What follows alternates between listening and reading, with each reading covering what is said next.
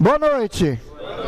Sejam bem-vindos a mais uma aula da disciplina de Fundamentos de Tecnologia da Informação. Na aula de hoje, nós vamos finalizar o módulo 1, continuar conversando sobre processo de tomada de decisão. Nas aulas passadas, nós já apresentamos o que era sistema de informação. Nós falamos que o sistema de informação é composto por 3 grandes componentes, exatamente pessoas, máquinas e métodos. Discutimos a questão também de como a tecnologia da informação se encaixa dentro do sistema de informação e terminamos começando a falar sobre os fatores que levam alguém a tomar decisões. Aí, por que esse assunto dentro de uma cadeira de TI? Porque desde o primeiro dia nós já dissemos que a cadeira não é uma cadeira para nerd. Lembra que a gente comentou isso? Nossa cadeira aqui é o quê? Para explicar a vocês, apresentar a vocês uma ferramenta que vai auxiliá-los para gerir melhor as empresas de vocês, as organizações, as instituições que vocês estiverem atuando. Então, nessa linha, a tecnologia da informação, ela vai prover ferramentas, vai prover todo vamos dizer assim, um conjunto de recursos que pode ser utilizado para que você evolua mais os processos, para que você agilize, tenha eficiência, automação, etc. E aonde é o processo de tomada de decisão? É porque muitas vezes, no sistema de informação, como nós conversamos na aula passada, ele tem o objetivo o quê? De gerar informação. E aí nós discutimos no primeiro dia de aula que a informação, na verdade, ela é o principal combustível para a tomada de decisão. Para um gestor tomar decisão, ele tem que ter informação.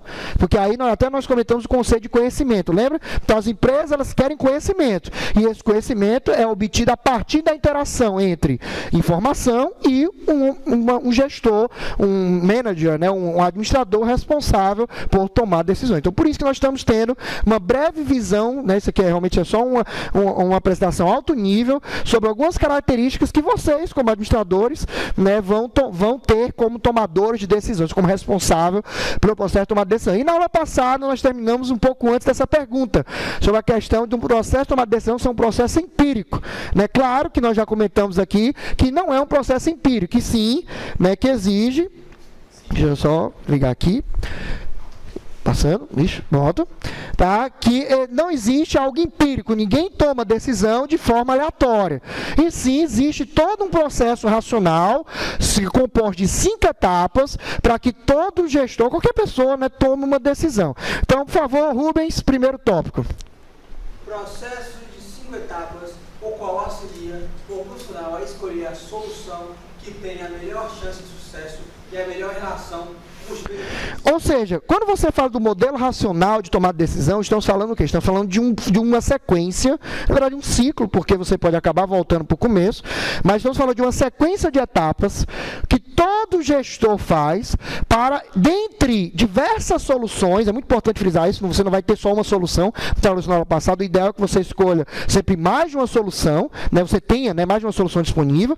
Então, a partir desse leque de soluções que ele monta, você escolher aquela que vai ser a melhor dentro do contexto da empresa, dentro das restrições do negócio, que resolva o problema em questão. Tá? Diga, Rubens. Com esse processo, quanto mais variável tiver, mais para frente eu conseguir ver? Sim, na verdade, não só mais para frente, mais opções de solução você vai ter e, consequentemente, maior probabilidade de acerto você terá. Tá? Claro que a gente sempre vai estar trabalhando a nível de probabilidade, você nunca vai ter 100% de certeza. Mas sim, o porquê? Essas variáveis, para quem não viu na aula passada, são exatamente as informações. Então, cada vez que eu tenho mais informações sobre o problema, então mais essas informações vão suprir o processo de tomada de decisão, vão fazer parte da análise, para daí eu propor uma série de soluções. Aí dessa série, eu ranqueio, que a gente chama que é classificar, e escolho aquela que atende da melhor forma possível o problema a ser resolvido. Tá ok? Mais alguma pergunta, de continuar? Nenhuma? Muito bem. Jobson, por favor, subtópicos. Através da qualificação, quantificação e da qualificação das prováveis soluções para o problema. Nós vamos entender que no processo você primeiro avalia o problema, depois pensa em todas as alternativas, e aí depois que você tiver todas as soluções disponíveis, você vai ranquear, classificar. E essa classificação você vai considerar tanto parâmetros quantitativos, tá? Ou seja, números, realmente com padrões que são numéricos, quanto qualitativos, tá? Que são aqueles que são bons, bom, ruim, péssimo, ótimo, etc. Não vou entrar em detalhes porque isso é algo de estatística, Vocês, se não tiver a cadeira ainda, vão ter lá, o professor vai comentar sobre o que é uma variável quantitativa, o que é uma variável qualitativa dentro do mundo da estatística. Mas é exatamente os conceitos de lá que estão aqui, tá? Termine, por favor, Jobs. Ajuda a calcular os riscos e incertezas das soluções, evitando que decisões sejam tomadas em ambiente. Ou seja, um ambiente de turbulência é aquele no qual o gestor ele não tem realmente informação alguma sobre riscos, sobre possíveis problemas que podem decorrer da implementação da solução. Em outras palavras, é um ambiente que ele está totalmente às cegas. Ele tomar uma decisão sem nenhum padrão sequer de informação. Mas ainda assim, como a gente comentou na aula passada, a ideia de sistema de informação é tentar fornecer pelo menos um pouquinho, o máximo possível, para que você não fique realmente na última hora sem nada. Para que você realmente tenha a decisão de última hora, mas ainda assim com o mínimo de informação possível. Mais uma vez, lembre-se do termo possível. A ideia ainda que seja só uma tabela, Jobson, mas eu tendo uma tabela já com a par das informações, ainda que não seja, sei lá, 100%, mas seja 10%, é melhor você tomar uma decisão em cima de 10% que tomar uma decisão em cima do achismo total. Tá? Então, essa é a nossa ideia aqui. Tá? Avançando, né, se a pilha ajudar, claro. Né? Pronto. Aqui, acho que é a distância, na verdade. Então, o modelo de tomar decisão tem 5 passos. Primeiro, examinar a situação. Depois, nós temos a criar as opções de solução. Depois, nós temos a avaliar as opções e escolher, né, aquela que melhor atende. Depois, a implantação, propriamente dita, né, você realmente executar a solução que você escolheu. E, no final, você monitorar. Claro, porque você tem que validar para saber se o que você pensou que ia resolver está realmente resolvendo. Porque pode muito bem você pensar, a solução vai resolver. Aí implementou e realmente não está resolvendo. Pelo contrário, pode estar piorando o problema que você queria resolver. Então, o monitoramento é um fator, né, importantíssimo. E é um ciclo, por quê? Porque quando você está monitorando, você pode acabar caindo, Daniel, na situação de perceber novos problemas. E aí, novos problemas exigem novamente o quê? Examinar a situação, escolher as soluções, ranquear, implementar aquela que você achou melhor, e aí vai. Então, é um ciclo. Tá? E a ideia nessa primeira parte da aula é exatamente apresentar uma visão geral de cada uma dessas 5 etapas. Ok? Então, primeira etapa é examinar a situação. Deixa eu ver aqui, Renê, por favor. Primeiro subtópico. O que é a primeira etapa? A análise. A análise da situação deve ser realizada através de um modelo formal. Continue, por favor. Garantindo a imparcialidade da análise do problema. Quando nós falamos de modelo formal, é que existem diversas estratégias para você avaliar o problema. Uma delas, que vocês vão ter contato com certeza, é o famoso diagrama de espinha de peixe, que é o diagrama de Ishikawa. Então, uma das formas que vocês têm, por exemplo, de diagnosticar um problema, é você pegar todo, né, o cenário e colocar lá as possíveis causas, e daí, usando espinha de peixe, chegar na solução. É um modelo formal, ou seja, um modelo que tem regra, né, já um padrão, etc. Por que usar um modelo formal? Para evitar problemas com parcialidade. Lembra que a gente comentou na aula passada que quando alguém vai tomar decisão, ela acaba sem querer levando crenças, desejos pessoais e tal? Então, esse problema, né, quando você utiliza um padrão, um modelo formal, ele é reduzido. Não é minimizado, mas é reduzido ao máximo. Tá ok? René, por favor, continue. Pode-se. Pode-se dividir o processo de exame da situação em 3 etapas. Primeira etapa, por favor. Definir o problema a ser. Ou seja, a primeira coisa é você definir realmente o problema. Professor, isso é fácil, negativo. Porque muitas vezes vocês vão estar enxergando os sintomas e não o problema. A nível computacional, um exemplo bem besta. Um exemplo para você entender. O computador não está ligando. Então, isso não é o problema, isso é o sintoma. Aí quando você leva para alguém, para um suporte, ou algum amigo seu que conhece computador e tal, vai verificar e diz, rapaz, a fonte queimou. Então a fonte queimou é que é o problema. Então muitas vezes vocês não vão já enxergar o problema de cara, vocês vão enxergar os sintomas. E a partir daí você então tem que realmente, né, utilizando estratégias como diagrama de Ishikawa, 5 porquês, que é você fazer 5 perguntas porquês consecutivas até chegar, né, ao problema, você vai acabar realmente chegando na causa raiz. Em inglês, né, o Rubens é um admirador da linguagem inglesa, né? Então seria root, né? Root de raiz, né? Root cause, né? Ou seja, causa raiz do que está impactando o meu processo, a minha empresa, enfim, né? O meu negócio em geral. Tá ok? Até aqui alguma dúvida? Alguma pergunta? Então, o primeiro passo é exatamente identificar, né? Realmente olhar os sintomas e tentar determinar a real causa do problema. Matheus? Não. Ou Jefferson, não. Matheus, não. o Matheus veio hoje não. Jefferson, por favor, segundo. Identificar. Ou seja, tendo na minha mente, né, tendo realmente esclarecido qual é o problema, eu tenho que pensar em quais são os objetivos que devem ser atendidos pela solução. Você, professor, resolveu o problema, mas calma lá.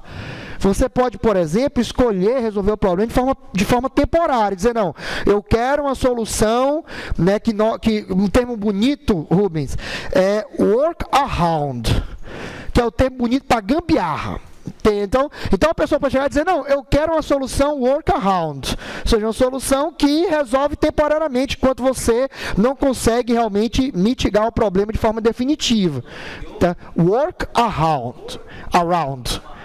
Workaround, né? Ou seja, trabalho ao redor, né? Ou seja, você vai... famosa gambiarra, tá? Então... Gambiarra. Tá? Diga aí, Rubens. Então, aquele dispositivo de emergência é um workaround? Qual o dispositivo que você diz? Apaga tudo, só que negócio... Ah, sim, as luzes, sim. Elas são um recurso de emergência, por quê? Porque elas dão iluminação, pelo menos para quê? Para que as pessoas possam sair do prédio. É isso mesmo, não é uma solução definitiva. Ela não resolve o problema. Ela apenas, né, faz com que eu consiga retirar as pessoas, ou seja, diminui o impacto. Melhor tirar as pessoas com uma iluminação parcial do que sem luz alguma. Tá, exatamente, Tá, ok? Então, identificar os objetivos. Então, você vai chegar e vai dizer, bem, a minha solução é temporária ou permanente? Eu quero gastar muito ou pouco? Eu tenho tempo para implementar isso ou não? Então, todos esses são parâmetros que você vai determinar dentro do objetivo da sua decisão. Terceiro, Jefferson, termine. Diagnosticar. Então, uma vez que você descobre qual é o problema, você tem que identificar as causas. Porque pode muito bem acontecer, né, que você, já é a terceira vez que a fonte queima do servidor. Então, você olha lá no histórico da empresa, 3 vezes, já em menos de 6 meses, a fonte queimou. Então, provavelmente, não é a fonte, é algum problema na instalação elétrica. Tá, então, exatamente isso. Você vai olhar aqui, se porventura não tem um histórico já do problema anteriormente, né, qual foi a solução tomada, né, e daí tentar realmente decidir, né, o que estaria causando o problema. Um exemplo primoroso disso aí é a bicicleta. Às vezes, fura 3 vezes a câmera já, sabe por quê? Porque o que fura a câmera está preso na roda. Pode ser. No pneu ou no raio mesmo, né? No raio não, no aro, né? Exatamente, no aro. Exatamente, tá? Então, exatamente, entender realmente o problema a ser resolvido, quais são os objetivos que tem que ser atendidos para dizer que eu resolvi o problema e quais são as causas que estão causando esse problema, até para não acontecer de novo. Tá? E aí a diferença entre problema e sintoma eu já comentei, né? Exatamente, sintoma é aquilo que você visualiza, é aquilo que atenta, que chama a sua atenção para indicar que há algum problema a ser resolvido, tá? Sintoma pode ser também tipo hipótese? Como assim? Explique melhor. Tipo hipótese, não acho que deve ser aquilo, deve ser... Aí você, na verdade, já está levantando possíveis causas de problema a partir de um sintoma.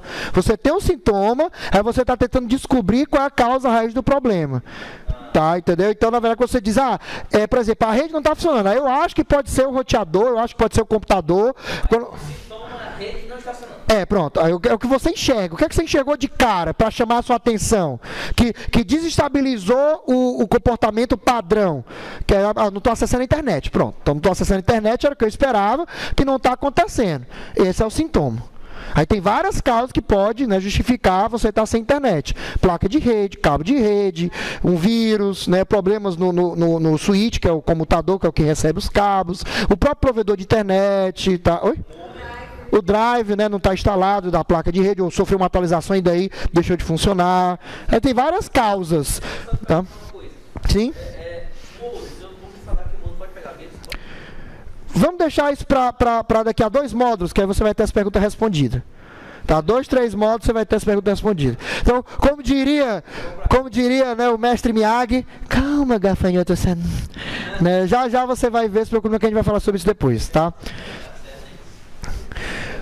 Quando você vai examinar um problema, principalmente, né, nós que trabalhamos, né, com vários departamentos, várias pessoas, e na aula passada, lembra que a gente comentou isso? Né, o ser humano é um bicho difícil. E aí, você pode acabar se deparando com situações como essa daqui de uma loja virtual. Então, aqui, nós temos um problema. Por favor, Daniel, lê para nós qual seria o problema. As contas dos clientes não estão sendo faturadas. Por algum motivo, algumas compras dos clientes não estão sendo faturadas, não estão realmente gerando boleto, pagamento, nada disso. E aí, 2 setores estão envolvidos, a gestão de pedidos e o pessoal da TI, né? Que seria vocês e nós, né? Vamos dizer assim, né? Se fosse fazer, tá? E aí acontece 2 discursos, né? Que aqui está o problema. Sara, por favor, lê para nós o primeiro discurso. A área de gestão de pedidos acusa o departamento de tecnologia por não fazer o pedido trafegar com segurança pela rede da companhia. O problema é da TI, o problema é a rede que é lenta, que não funciona, esses computadores que ficam travando direto e tal, o problema é da TI. E isso é o que o pessoal, né, desse exemplo que já são pedido está falando. Só que aí tem o outro lado, né? Deixa eu ver. Não, Sara eu sei que é Sara. Agora, não, ela não. Ah, não, ela é nova, ela não veio não. Agora ali eu... não, a Val não. Como é, Luana, né? Não. Luana, né? Ó, memorizei, porque o primeiro dia vocês duas vieram. Então, Luana, por favor, segunda, área de tecnologia, já eu pego os novatos, não se preocupe não. Da área de tecnologia. Passou. É.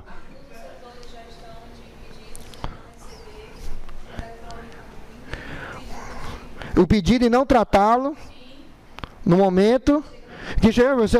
Aí o pessoal diz assim: não, a culpa, Rodrigo, é sua. A culpa é porque vocês da gestão de pedido não estão cadastrando o pedido quando chega. Deixa para depois. Tá? Aqui nesse caso não tem certo, não tem errado. Mas eu quero perder alguns minutinhos discutindo exatamente isso. Quando você tem um cenário onde você tem vários setores envolvidos, eu sei que é complicado, porque cada um vai jogar batata quente no outro. É importante que vocês, como administradores, olhem para esses departamentos, para os líderes, para os gestores, para as pessoas envolvidas, e tentem transmitir a imagem que não é uma caça às bruxas. Os maiores problemas que tem nas empresas brasileiras é que quando tem um problema, ninguém quer resolver. Todo mundo quer o quê? Apontar o dedo para aquele que é o culpado. Não adianta nada, assim, por exemplo, no caso da TI, se o servidor está lá queimado, diz, porque o cara ligou em 110, era 220 e tal, não adianta, está resolvendo o problema? Não está. Está lá o servidor fora do ar, você perdendo venda, seus clientes não estão comprando o produto, então não adianta. É difícil, porque aquela história, né, mais uma vez, o fator humano, que apontar o dedo e dizer, foi você que fez isso, mas não vale a pena. Deixa a caça às bruxas para depois, com a cabeça fria, avaliar se realmente teria condições, né, da pessoa que porventura causou a falha, causou o problema, né, se tinha condições da pessoa realmente ter evitado o problema, se existia documentação na empresa que descrevia o processo, e isso era de conhecimento ou não da pessoa. E aí, para isso, eu vou dar um exemplo muito, muito importante, que é uma coisa que está crescendo nas empresas, que vocês, né, vão se preocupar, que vai ter até um capítulo sobre isso, um módulo sobre isso, na segunda parte da disciplina, que é a segurança.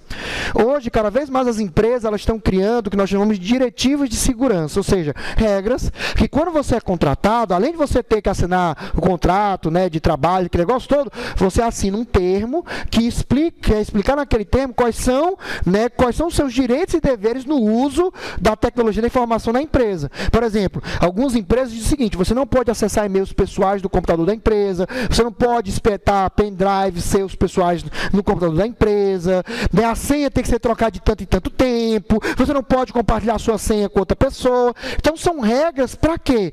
Para que exatamente, primeiro, orientar os usuários, né, que vão estar lidando com o sistema, e para, porventura, caso aconteça realmente uma falha, você ter realmente subsídios para chegar a dizer, não, cara, está aqui escrito, realmente, né, você deveria ter evitado isso, e a gente vai tomar as providências cabíveis. Tá? E, querendo ou não, também auxilia o usuário, porque o usuário já vai saber o que ele pode ou não fazer, para evitar a problema de, eu não sabia, né? Então, não faz sentido. Nós vamos falar sobre isso aqui na aula de segurança. Então, nós vamos ter lá para, acho que é abril, maio, a gente vai estar falando sobre segurança, a gente vai falar sobre a importância desse tipo de documento. Tá? Mas é muito importante vocês entenderem isso. Vocês, quando tiver um problema, não façam caça às bruxas. Primeiro resolve, depois, né, esfria a cabeça, né, de preferência um dia depois, 2 dias depois, aí reúne a equipe, né, aí avalia os impactos, avalia as consequências e vê realmente o que aconteceu. É fácil? Não, não é fácil. Porque realmente não você, mas os colegas, os outros vão querer realmente fazer a caça às bruxas. É você, como líder, como gestor, vai chegar, opa, não. Por enquanto, eu não estou interessado em saber quem foi o culpado, estou interessado em resolver o problema. Depois que nós resolvemos o problema, independente do departamento, independente de quem seja, aí sim nós vamos ver foi que houve, o que é que pode ser feito para ser evitado esse tipo de situação, a recorrência dessa situação. Tá? Diga, Rubens. Em casos extremos, eu sendo líder, quando é que eu tenho que tomar, em que exemplo eu posso tomar a decisão? Não, esse cara realmente eu vou ter que demitir. Olha, assim, é complicado porque quando envolve finanças, sempre a empresa quer um bode expiatório. Então, quando você, por exemplo, é um contrato de milhares de reais e que exatamente a falha que o cara ocasionou perdeu o contrato, então você acaba realmente fazendo o cara de bode expiatório. Entretanto, a minha recomendação é, primeiro avaliar se realmente a pessoa fez o erro em um contexto que tinha tudo documentado, dito, para evitar isso. Ou seja, se realmente a pessoa fez por displicência e não por falta de instrução. São duas coisas distintas. Uma coisa é você ter um ambiente que tem uma documentação dizendo como tudo deve funcionar e o cara vai lá e fez o erro. Aí é uma coisa. Aí até, hoje, pelas leis trabalhistas, é considerado justa causa. Tá? Você pode realmente demitir o cara de justa causa porque você tinha um termo que o cara assinou sabendo das regras. Agora, outra coisa é você partir da premissa de que achar que o cara sabia e o cara, na verdade, não sabia.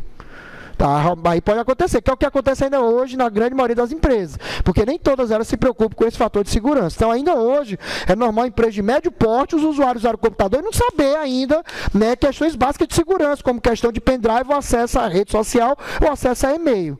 Até hoje a gente vê isso ainda. Tá? Nesses casos, realmente, quando você não tem uma documentação, né, umas diretivas determinadas, o que é que você faz?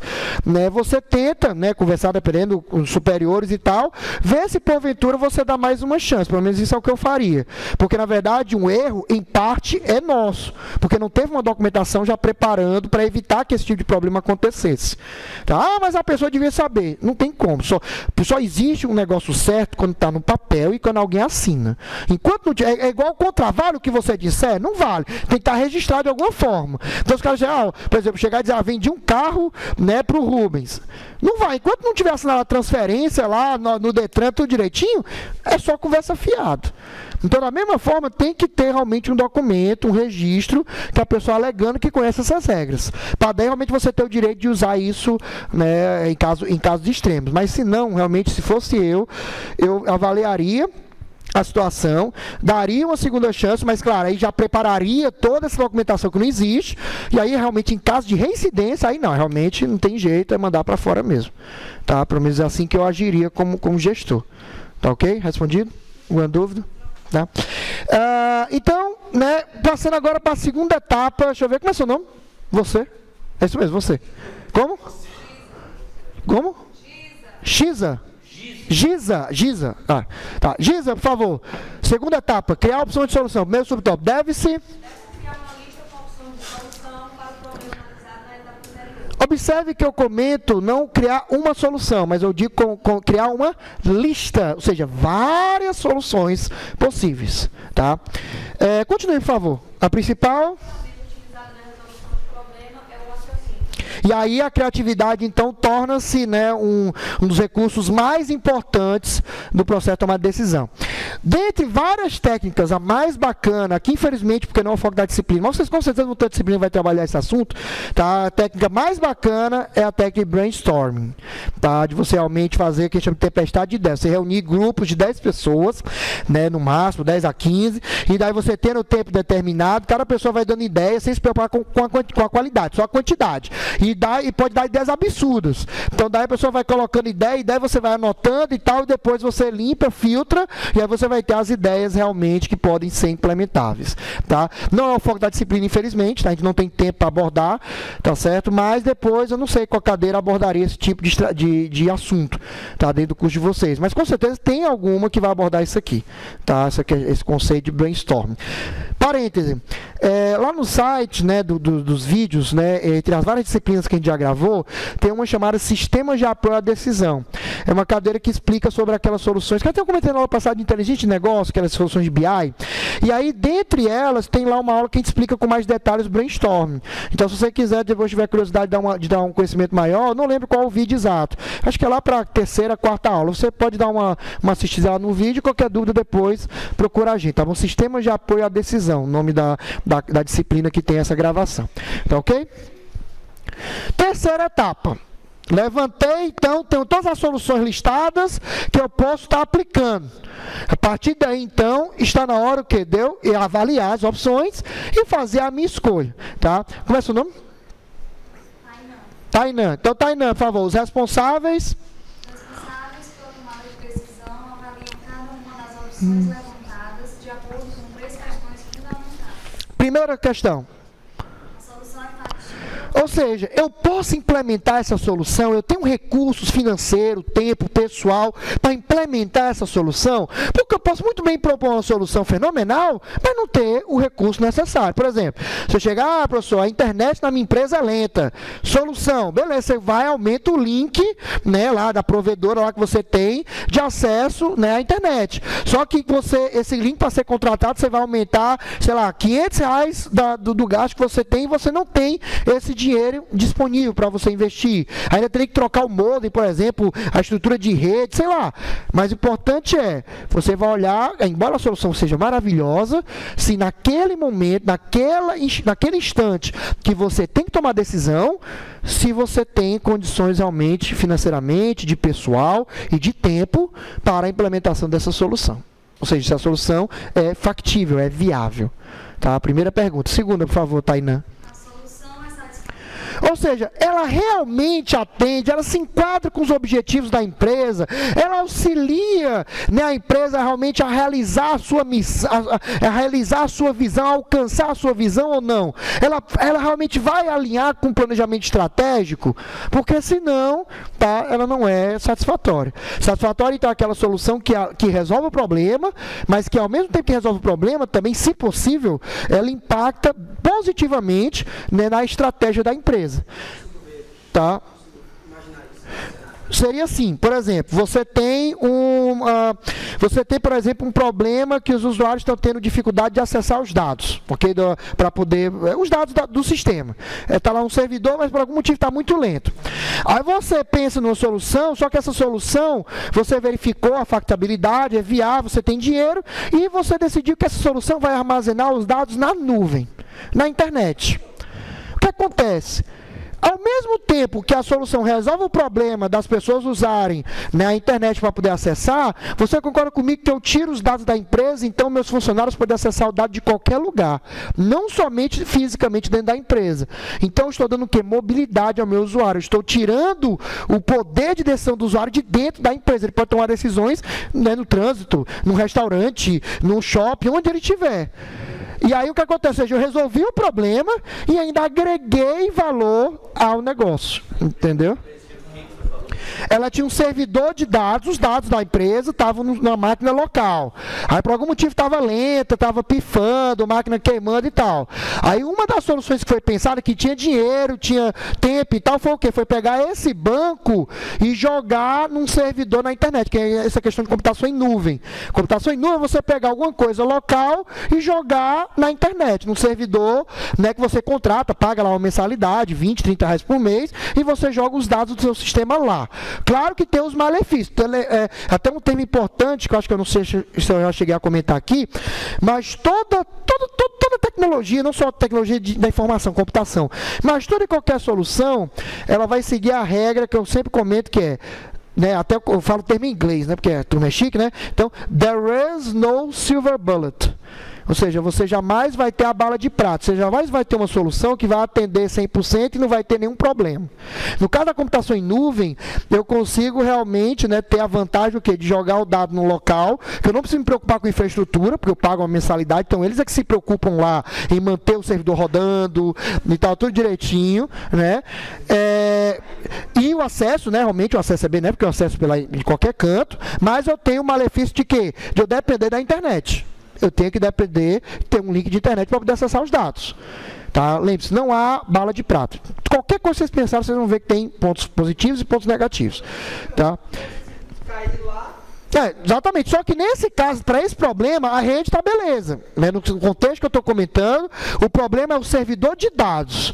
Então, como o problema é o servidor que está fornecendo os dados para a aplicação, então eu pensei, Jobs, em jogar, terceirizar o serviço. Eu terceirizo jogando na nuvem, resolve porque o pessoal acessa lá de dentro da empresa, mas também eu acabo, né, adicionando um valor estratégico que a pessoa passa a acessar também de fora dela. Então, pode tomar decisão do celular, do notebook, do tablet e assim por diante. Foi claro? Então seria uma solução satisfatória. Tá? Claro que nem toda solução vai sempre adicionar. Você pode ter realmente 10 soluções e as 10 apenas vão resolver o problema. Aí você passa para outros quesitos. Mas, se possível, se você realmente tem condição de implementar uma solução que não somente resolve, mas que expande, que quebra um pouquinho, que sobe o nível da qualidade de serviço ofertado pela tecnologia da informação, né? Show de bola. Foi claro? Alguma dúvida, alguma pergunta?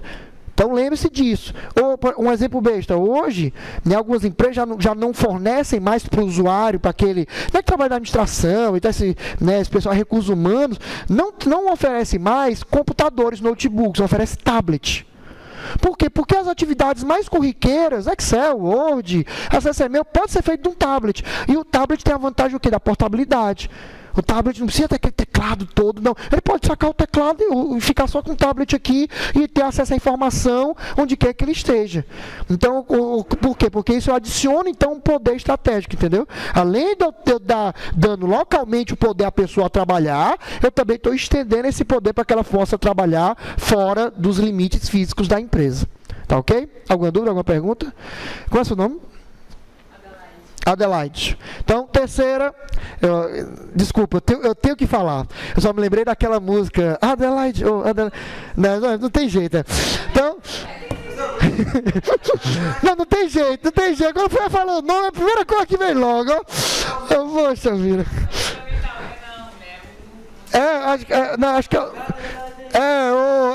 Não, traje não lembro quem é.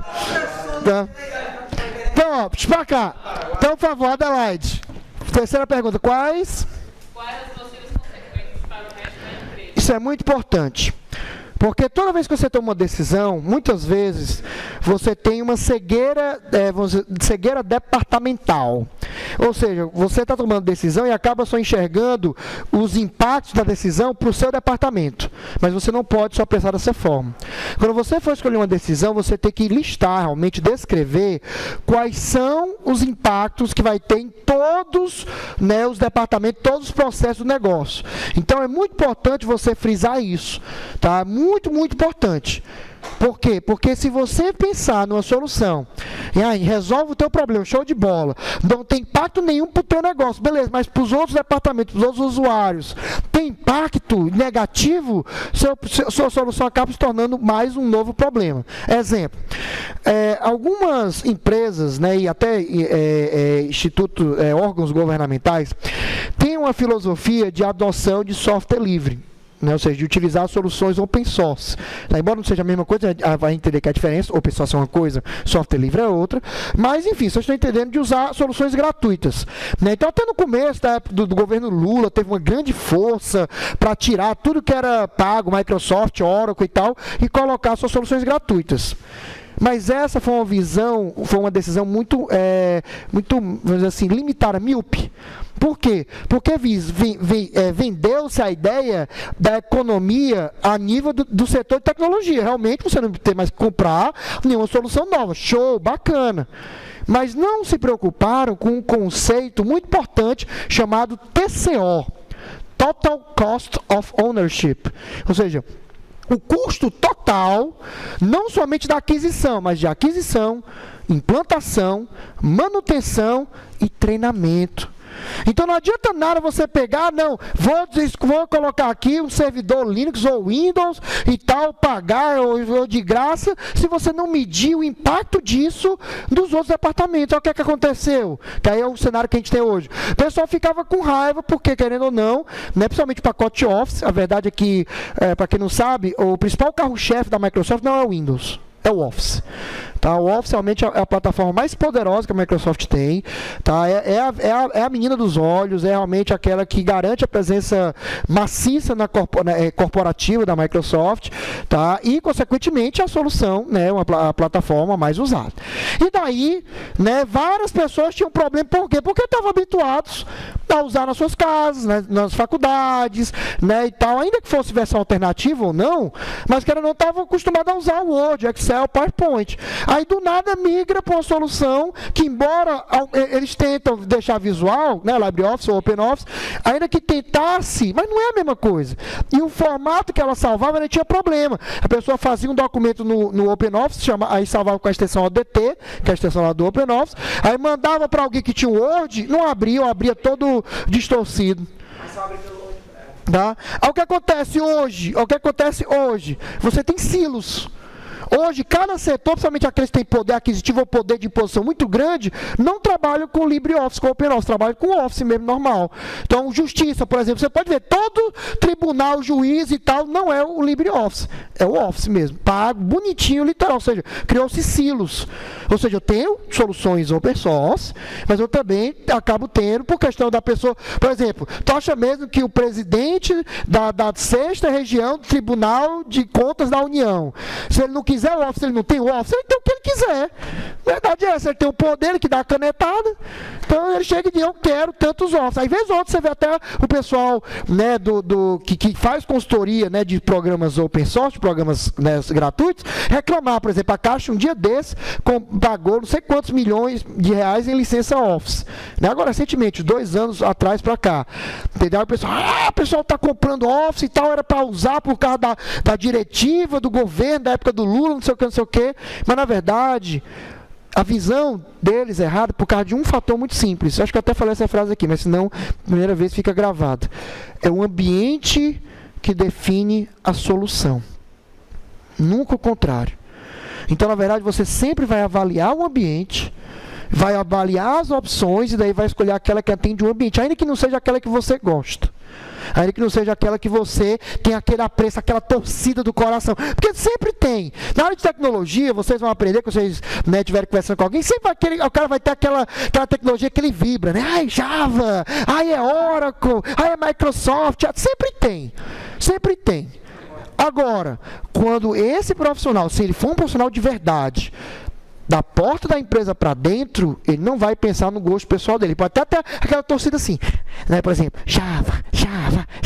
Mas, quando ele estiver numa reunião, projetando, né, uma filial da empresa, esse tipo de coisa, ele vai avaliar realmente as necessidades, vai avaliar os fatores, né, custo, pessoal, etc., o TCO, que a gente chama, e daí realmente escolher a solução satisfatória.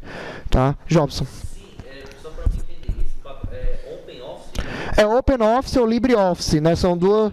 Ele era gratuito? Ele é gratuito. É gratuito, só que não é da Microsoft, ele é hoje da Oracle. Exato, é um pacote Office para você escrever texto, planilha, que idêntico mesmo funcionamento ao Word, Excel, PowerPoint. Tinha esse poder, mas eu digo que O que acontece é o seguinte, ainda hoje você tem perdas de conversão, bem menos, porque o que aconteceu foi o seguinte, o Office mesmo da Microsoft, desde a versão 2007, ela trabalha também com formato aberto, que é o que a gente chama de formato OpenXML. Então, por exemplo, se alguém já pegou o Office recente, deve ter visto que, por exemplo, quando você acessa um documento do Word, não é só doc, é docx. Esse X é para dizer que ele já é nesse formato novo. Aí esse formato de Office é aberto, ou seja, qualquer pessoa pode abrir esse formato, entender e construir um programa que lê esse formato, entendeu? Então, por isso, por exemplo, que hoje as pessoas, às vezes, nem usam o Office, usam o Google Docs. Né, o Google, por exemplo, tem o Google Docs, consegue fazer um texto legal, e quando você abre no Word, ó, 100%, igualzinho. Por quê? Porque como o formato hoje do Word, do Excel, do PowerPoint é aberto, você pode ver um programa que lê aquele documento da forma que você quiser. Tá, ok? Então, até o sinal é um caminho também. Eu não vou entrar em detalhes porque a gente vai ter uma aula sobre isso, sobre computação em nuvem. Mas, já antecipando, existem empresas que, na verdade, hoje não investem mais em pacotes Office físico. E quando eu digo Office físico, não é só na Microsoft, não. Não investe em nenhuma solução para escrever documento ou planilha no computador. Eles assinam mensalmente um Google ou o Office 365, tá? Que é o que vocês têm, o e-mail, né? O fanopatd.br, né? O nosso e-mail, por exemplo. Vocês têm direito a e-mail também? tem, né? Com o domínio Fanon, acho que tem. Não lembro, mas depois me informo direitinho. Mas nós, por exemplo, professores aqui da Fanon, as nossas contas de e-mail são dentro da plataforma chamada Office 365, que é o Office Online. E aí o que acontece? A Fanon paga uma anuidade, um valor realmente pífio, a verdade é essa, é tipo $1.000 por ano. Tá? O que é pífio com a instituição do porto da Fanon. E aí todos os professores, todos os funcionários têm direito a e-mail, o OneDrive, que é para guardar coisas na internet, e o Word Online, o Excel Online, PowerPoint Online, e, nesse caso, né, você também consegue baixar, ele dá o Office também para você baixar. Então, todos os professores, por exemplo, têm um Office original. Tá? Por quê? Por causa dessa parceria que a Fanon tem com a Microsoft. Tá? Mas que, por exemplo, no caso da Unifor já é o Google. Na Unifor, lá, o e-mail, toda a plataforma de e-mail, de documentação, é usando o Google Docs. Tá? Então, ou seja, que é concorrente. Mas é a mesma coisa. Aí já é questão de gosto. Escolher Microsoft, Amazon. A Amazon é outra que oferece o mesmo serviço. A Amazon também tem serviço de nuvem. Né? Google. Aí é questão de gosto. Tá? Oi? Gráfico, diga, é o UAU. Sim. Oi? Pois é, não, todas elas hoje, o legal é isso, que o formato é aberto, então tudo que é básico, realmente você consegue fazer nas plataformas online. Você não vai conseguir, por exemplo, numa plataforma online, qualquer que seja, trabalhar, por exemplo, com recurso do Word de referências, para você montar já a referência bibliográfica automaticamente. Aí você não consegue, só na versão mesmo do Word física instalada. Mas se você fizer essa assinatura, que é o que a gente tem, por exemplo, você consegue ter esse Word completo na sua máquina também. Tá, diga. A gente vai aprender a fazer aquele recurso da pessoa nem sequer ver o ícone para apertar nela? Como assim? Não, como assim? É isso que eu ia perguntar. Aqui eu estou fazendo uma empresa, aí tem aqui a parte da contabilidade. Certo. A pessoa lá das vendas, ela acessa o vídeo. Ah, tá. O senhor falou até na primeira aula que falou assim, o setor não veio todo, A gente vai comentar sobre isso, porque aí essa implementação mesmo já é parte técnica do pessoal da TI mesmo. Mas a gente vai apresentar os conceitos sim, para você chegar para o cara da TI e dizer, ó, eu quero que a pessoa não enxergue essa parte, que enxergue daquilo outro, a gente vai dar a visão necessária para você dialogar com o responsável. Sim, com certeza, nós vamos implementar, porque o foco da cadeira não é implementação, mas nós vamos discutir isso aqui em sala sim, é aula de segurança, tá ok? Mais alguma dúvida, alguma pergunta? Adelaide, alguma dúvida? Não, né? Beleza. Então, e aí no final, tá? Depois que você verifica se a solução é factível, se a solução é satisfatória e quais as consequências para toda a empresa, todos os processos e tal, que porventura, né, estão influenciados por aquela decisão, você vai ter algumas soluções, algumas. E aí depois dessas algumas, a escolha final baseia-se na quantidade de tempo e na qualidade de informação disponível. Em outras palavras, depois de você fazer isso tudo, você vai ter 3, 4, 5 soluções. Aí você vai escolher aquela realmente que para aquele cenário seja melhor. Tá ok? Alguma dúvida? Nenhuma? Depois disso, né, nós vamos então para a penúltima etapa, que é a quarta, que é implementar. Né, realmente chegar e vamos botar para funcionar. Começa o nome? Rafael, por favor, primeiro tópico, a implementação. Implementação da decisão. A implementação da solução proposta como decisão final exige muito mais do que a simples delegação de tarefa a outros profissionais. Então não vamos falar aqui que você vai chegar lá e dizer eu quero que vocês façam isso, acabou, porque eu que mando, eu que pago os contra-cheques de vocês e tal, isso não funciona. Nós comentamos na aula passada, conversamos sobre a importância de um bom administrador, de um bom tomador de decisões, ter também skills, né, habilidades de liderança. E liderança não é você mandar, mas sim você conseguir ter a equipe na sua mão de tal forma que existe uma relação de confiança, ou seja, eles acreditam realmente na ideia que você vai implementar. Eles realmente compram a ideia que você está ofertando, que você realmente está propondo. E por isso, né, você tem realmente que se preocupar quando for fazer a implementação, para que você não perca essa confiança e que aproveite essa confiança de uma forma benéfica. Em que sentido? Rodrigo, por favor, primeiro aqui, os recursos. Os recursos precisam ser alocados corretamente de acordo com sua competência técnica. Eu não posso sobrecarregar alguém e muito menos eu colocar alguém para fazer uma coisa que ela não sabe fazer. Tá? É desumano isso. E isso acaba com qualquer motivação. Tá? Vocês estão aqui no segundo semestre e provavelmente já descobriram que a administração é o curso de vocês. Show de bola. Agora, talvez alguém aqui conheça, alguém até tenha passado pelo fato de, antes de estar aqui, ter feito um outro curso e ter descoberto que não era aquilo que gostava. Se alguém já passou por isso, deve saber como é frustrante. Você chega depois de 1 ano, 2 anos e chega, pô, não é isso que eu estava querendo. Ou seja, é a mesma coisa que acontece quando você delega uma tarefa que a pessoa não tem expertise para fazer, que ela não gosta, não se sente motivada para fazer. Então você tem a sua equipe e você, né, como vocês vão estudar nas cadeiras de time, né, de trabalho de equipe, de liderança e tal, vocês vão estudar que cada membro tem sua expertise, né, tem sua área, né, tem seu domínio de conhecimento, ou seja, o conjunto de recursos, né, de conhecimento que ele possui. E daí você vai alocar exatamente em cima das competências e habilidades que aquela pessoa possui. Professor, ninguém tem essa habilidade. Eu preciso de uma habilidade lá que ninguém da minha equipe tem. Aí você capacita. Ou terceiriza, traz alguém de fora. Uma dessas. Ou você traz alguém, ou você capacita alguém dentro da sua equipe para adquirir essa habilidade. Agora, simplesmente jogar nos peitos e dizer, Rodrigo, vai, te vira aí, tu tem que fazer isso aqui e pronto, não é legal. Tá? Não que o profissional não tenha competência para fazê-lo, mas existem formas mais delicadas de você chegar realmente e até de motivar. Por exemplo, ao invés de você só chegar e dizer, cara, Rodrigo tem que estudar rede, é mais fácil eu chegar e dizer, Rodrigo, eu preciso que você aprenda a rede, você gostaria de aprender? Ele, cara, eu gostaria, eu sempre tive curiosidade, pois nós vamos pagar um treinamento para você adquirir os conhecimentos e daí você resolve comigo o problema. Está entendendo? Jamais forcem alguém a fazer alguma atividade que não é da sua área. Jobs, você ia perguntar. Você tinha falado em relação à sobrecarga. Sim, sim. Você botou a função Várias funções, exatamente. da minha empresa. São 2 pessoas no TI. Certo. O coordenador, que é o gerente mesmo, Certo. tem aquele rapaz que dá o suporte a ele. O Bombril. E utilidade. Aham. Só que aconteceu, aleatoriamente a empresa emitiu um auxiliar dele. Certo. E ficou só ele. Certo. A empresa começou a dar uma série de problemas. Servidor começava a incomodar, parar. O computador dava um problema, ele não dava avança.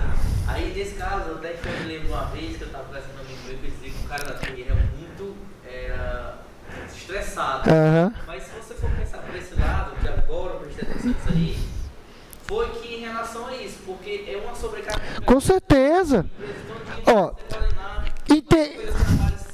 simples, mas ele tem coisa maior. Claro, exatamente. O problema é esse. Um coordenador, na teoria, um gerente de TI, ele é responsável por projetar os futuros ambientes ou de definir em regras alto nível como o ambiente de TI vai ser estratégico para a empresa.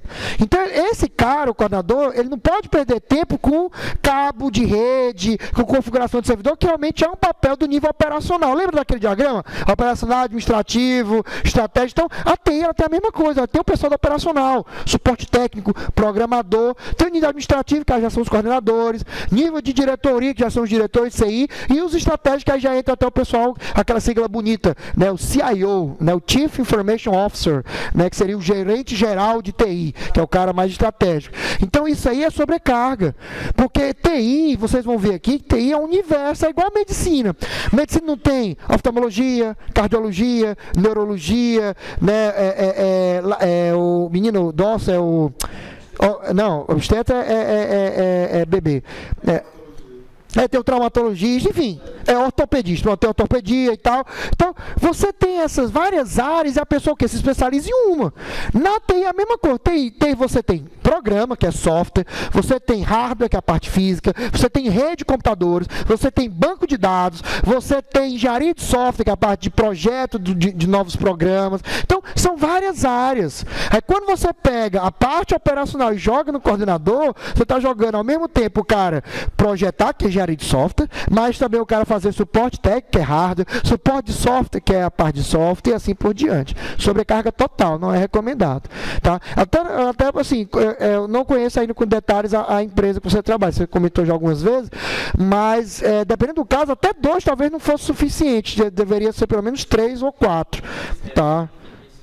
Pois é. Aí é onde entra a visão que nós e você, como futuro gestor, né, tem que mudar numa organização como essa. Não exatamente nela, mas quando você estiver realmente à frente de uma equipe, o quê?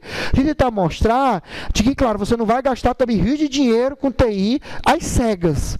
Mas é importantíssimo que você veja que a TI, ela tem uma importância tão grande quanto um setor de financeiro, quanto um setor de vendas, e, consequentemente, você tem que colocar ela para operar de uma forma com sinergia. Lembra sinergia? De uma forma com alta sinergia.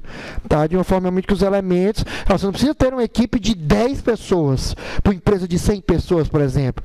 Mas para uma empresa de 100 pessoas, acho que 3 pessoas seriam suficientes, 3 a 4. Tá? Porque, realmente, muitas vezes, quando acontece um problema afeta várias pessoas. E aí várias pessoas vão solicitar o suporte. Se eu tiver pelo menos 2 ou 3 para distribuir isso, é melhor do que eu ter uma só para ficar concentrando. E o pior, ela fica recebendo reclamação e ainda está tentando ajeitar.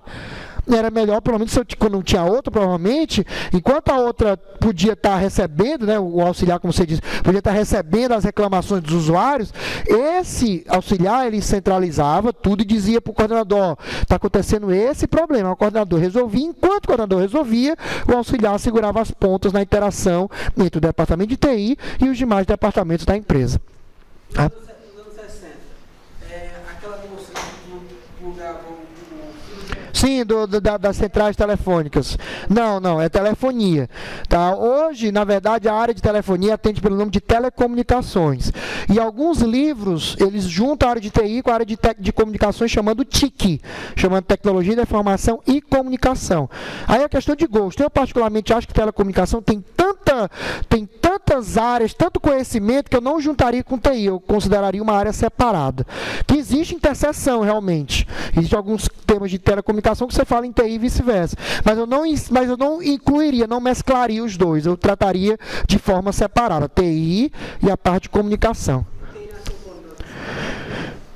Na verdade, nas empresas mesmo, desde a concepção dos mainframes, final da década de 70 e início da década de 80, quando você começou a ter computadores de grande porte para fazer cálculos pesados. Aí realmente teve uma área que é antigamente chamada de processamento de dados. Tanto é que o setor antes era chamado de CPD, Central de Processamento de Dados. Nas empresas bem antigas mesmo, não chamava de TI. Era, exatamente, pronto, aqui dali mesmo, ali eram os mainframes. Tá ok? Era, exatamente. Oi? Mainframe é um grande servidor, uma grande máquina com um grande poder de processamento. Ainda hoje existem. Tá? A IBM é uma exatamente das empresas que vende mainframes.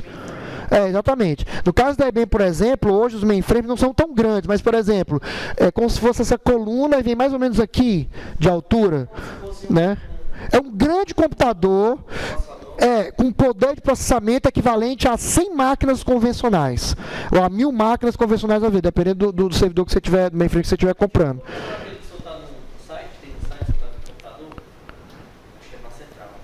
Ali é como se fosse um terminal, né? Você está vendo só acessando o mainframe remotamente. Tá? Mas é isso mesmo. Esses computadores, por que eles existem ainda hoje? Porque esses computadores, Rodrigo, eles ainda têm o poder de muitos servidores. Então, às vezes, a pessoa investe caro, mas realmente fica com uma máquina só ocupando fisicamente o espaço, que tu precisaria de 20, 30 máquinas daquelas CPUs normais. Entendeu? Aí o espaço é menor, mas o poder de processamento é o mesmo. Tá? Então, essa é a vantagem do mainframe hoje. Tá ok? Mas para empresas de pequeno e médio porte, mainframe não é necessário de jeito nenhum. Computadores, mesmo em servidores de pequeno porte, que a gente chama, atendem mais do que o suficiente. Você só precisa de mainframe. Por exemplo, aqui no Ceará dá para contar nos dedos quantas empresas têm mainframe. Eu vou dizer algumas. Nossa, que é a Coca-Cola, tem 2 mainframes IBM. Banco do Nordeste tem mainframes, mas não lembro, não sei dizer se é IBM. Tá? Dias Branco tem 1. J. Macedo tem 1. Tá? Oi? Não, porque a Infraero pode ter lá, mas aqui estou falando aqui de Ceará. A infraestrutura que eu conheço.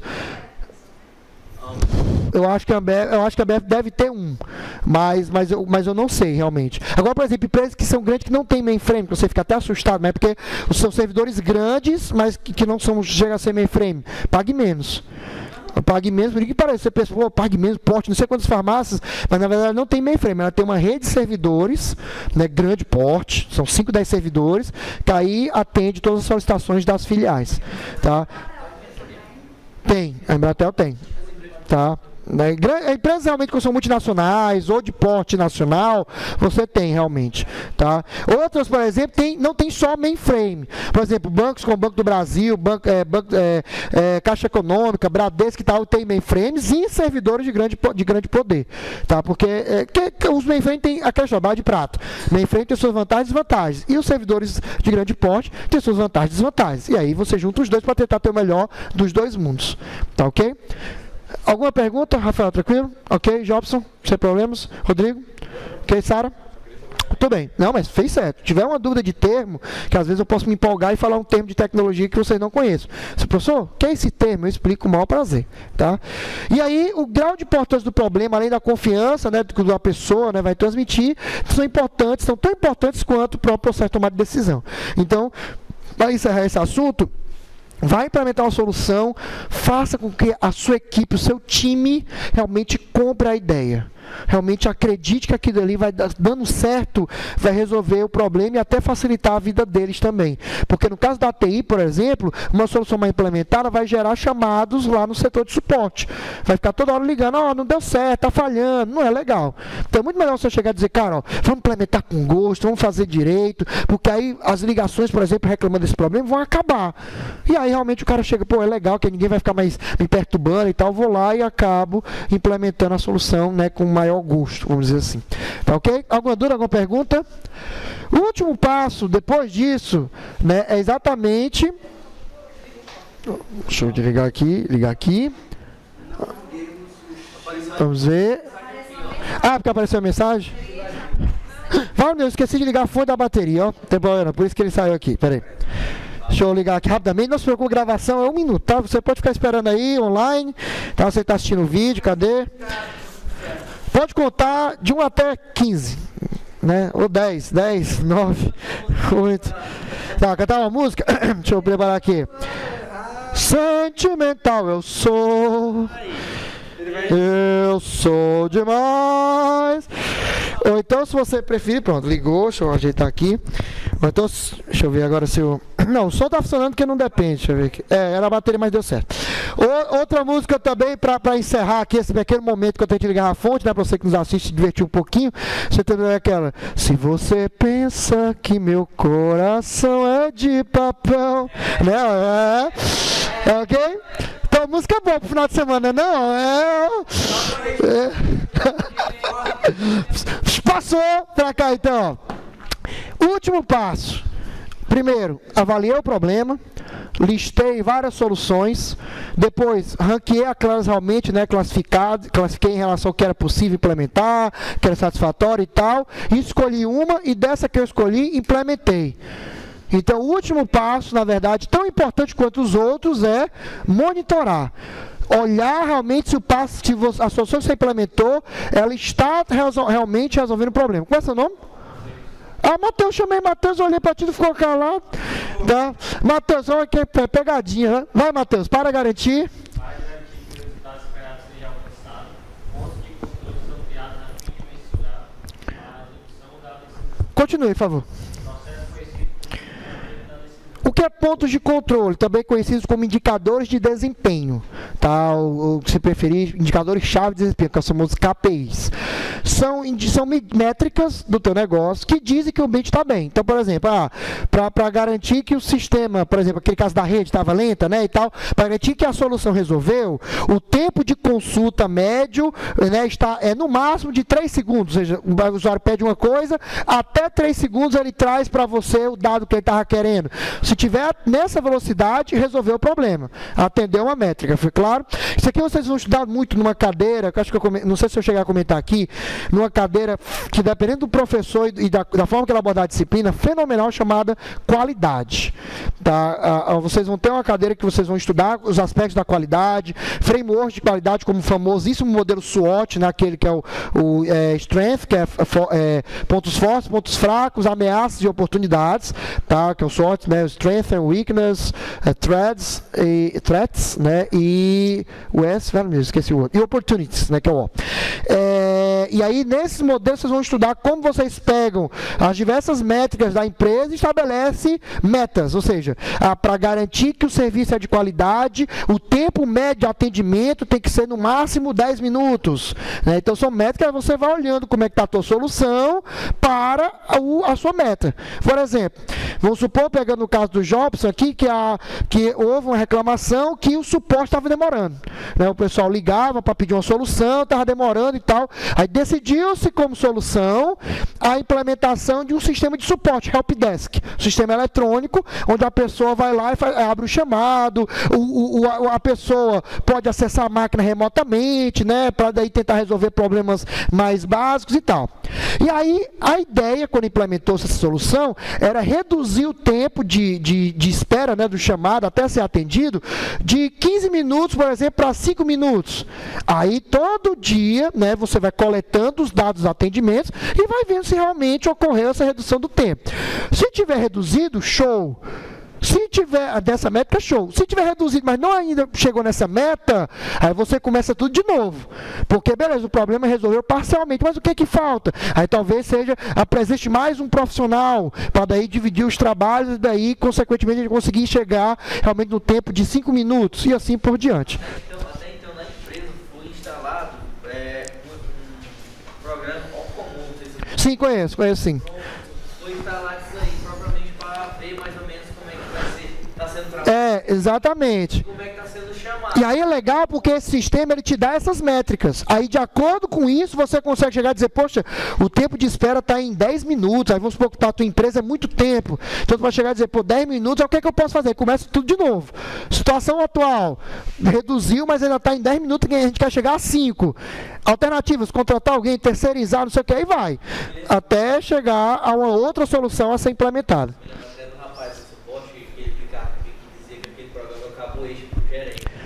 Porque ficava vendo, né? Exato. Exato. Tá, mas é importantíssimo, tá? Hoje, muitas vezes, as falhas de administração, não somente de administradores, mas falhas de administração, ou seja, de qualquer gestor, de qualquer área, ocorre porque ele não tem métricas, ele não mede o que está acontecendo, tá? Não tem monitoramento, e monitoramento é métrica, não tem outra forma. Não é só você chegar para o cara e dizer assim, por exemplo, Rubem, como é que está o setor? Aí o cara vai dizer, está uma maravilha, o setor está pegando fogo, mas ele diz que é uma maravilha. Tá? Claro que a questão do feedback, da conversa é importante, mas ela é mais um instrumento, né? Tem que ter dados, que é exatamente a questão das métricas. Para ser mais automatizado e o usuário ser um ser humano sempre, às vezes, é mais fácil para ser humano do que TI? Pois é, a grande maioria dos casos, quando a TI é bem implementada, sim. O problema é exatamente nessa condição que eu disse, quando a TI é bem implementada. Porque da mesma forma que eu cobro vocês aqui, para vocês como administradores, quando estiverem pensando em solução de TI, pesquisar realmente, verificar a empresa, a gente cobra também do profissional de TI isso. Infelizmente, Rubens, a verdade é que na área ainda existem muitos profissionais desqualificados na área de tecnologia da informação. E isso queima a área. A verdade é essa, você pega, às vezes, profissionais com muito know-how e tal, mas acabam não conseguindo, por exemplo, vender uma consultoria, porque vem, né, uma pessoa que diz que sabe, cobra 10 vezes a menos o valor. E é quando vai ver, né, o cara vai embora, desaparece, não resolve o problema, faz piorar a situação. A nossa área é muito complicada, mas eu não vou entrar no mérito, né, até por questão de uma coisa muito relativa. Algumas pessoas defendem, só para você ter ideia, de que o problema da área de TI é a falta de um conselho.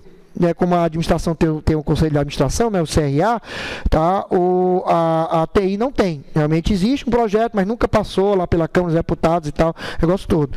Mais uma vez, bala de prata, tem as suas vantagens, tem as suas desvantagens.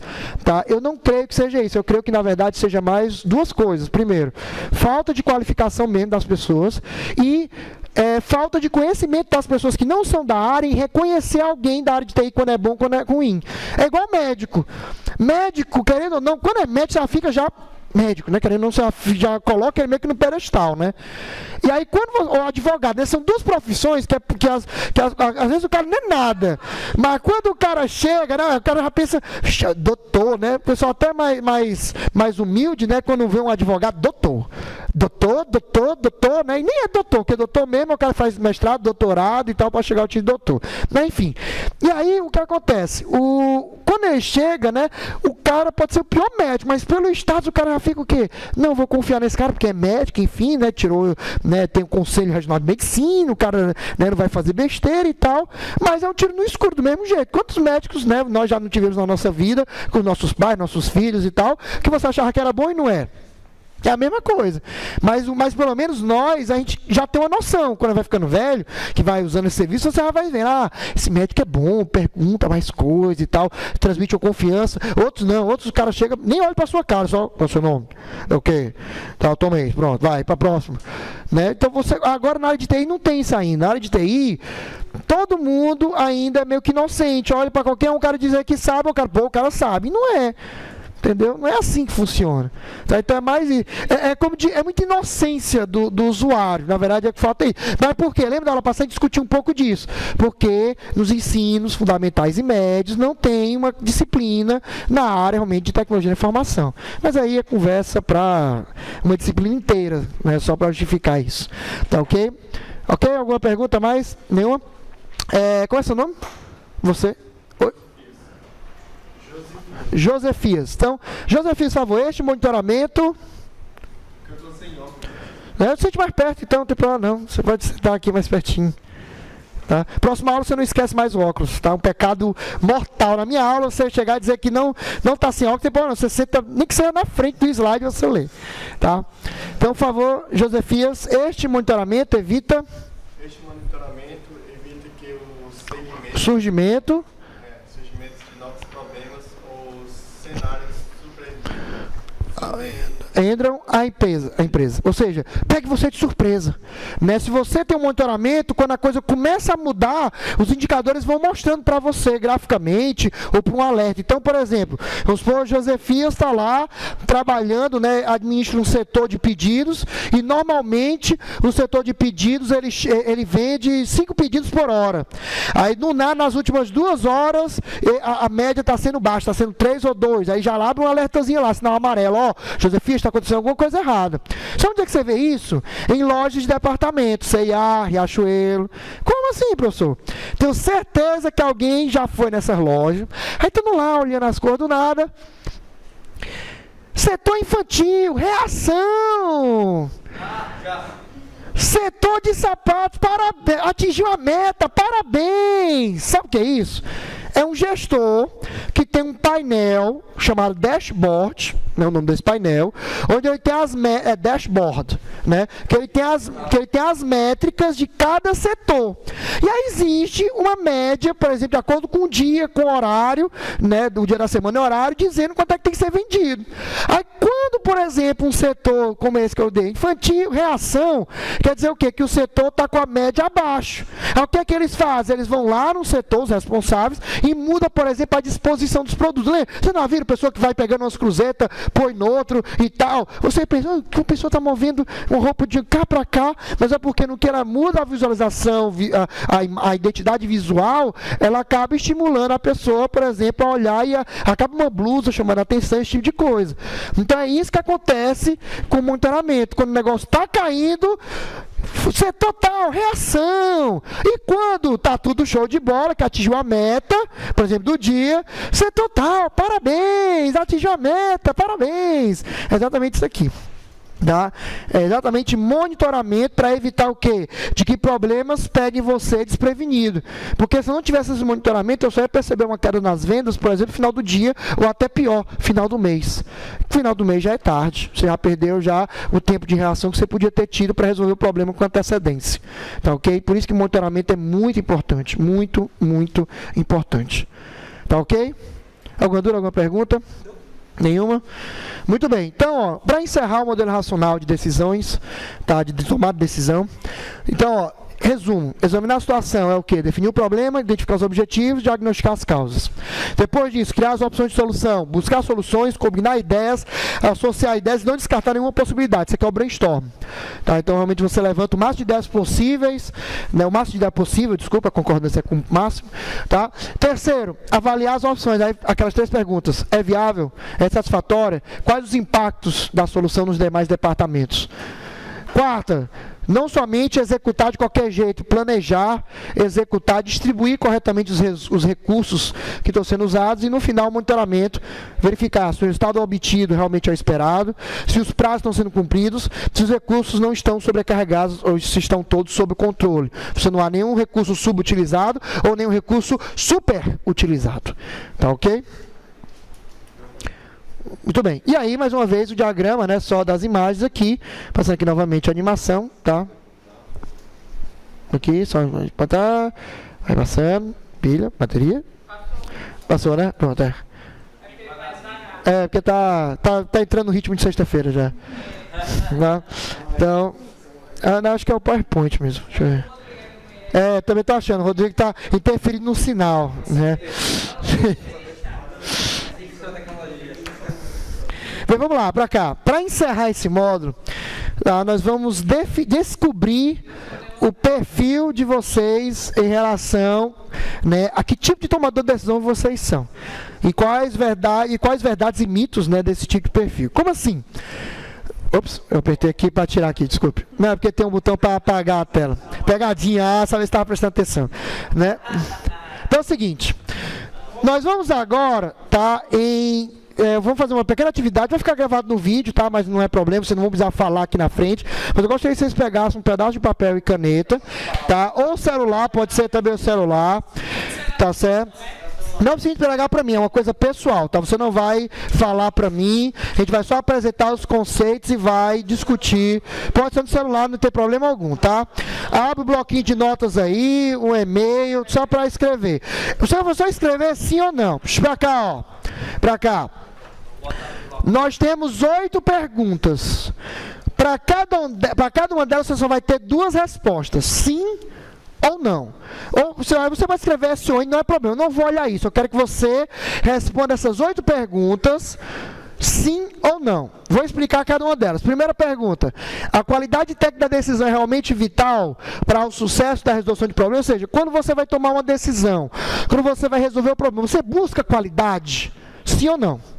Segundo, a aceitação da decisão pelos subordinados é vital, ou seja, quando você vai tomar decisão, você acredita que os outros devam acreditar na solução, ou pouco importa a opinião deles, você, né, não interessa a opinião deles, o importante é a decisão que você vai tomar. Então, segunda pergunta, sim ou não? Ok? Terceira pergunta, você possui informações suficientes para tomar uma decisão de alta qualidade por si só? Ou seja, quando você vai tomar uma decisão, você mesmo procura o máximo de informação possível para tomar a decisão, sim ou não? Então você preenche aí, sim ou não. Então estamos na terceira. Tá, diga. Posso fazer uma indagação sobre Pode, diga. a aceitação da decisão pelos subordinados é vital para o sucesso? Sim, se você acredita que ela é vital ou não. Porque entenda, tem tomador de decisão que acredita, e nós vamos conversar sobre esse caso já, que a opinião dos subordinados não é válida. Não interessa se eles acreditam ou não. A gente vai discutir que existe casos que isso é viável e casos que isso não é viável. Pois é, eu estou dizendo que às vezes eu vou ter que tomar decisões mas é que... da aceitação deles. Pronto. Não, mas entenda, mas está perguntando a sua opinião pessoal. Se você, porque, por exemplo, você pode até tomar uma decisão sozinho, mas só tomar sozinho porque não tem outra opção. Mas não, aqui é questão pessoal mesmo. Você acredita que você, como tomador de decisão, se a opinião dos outros interessa ou não. Quarta, quando você vai avaliar o problema, você estrutura o problema, você organiza, você tenta descobrir realmente o problema ou não? Ou você tenta só resolver o mais rápido possível? Essa é a ideia da quarta pergunta. Quinta pergunta.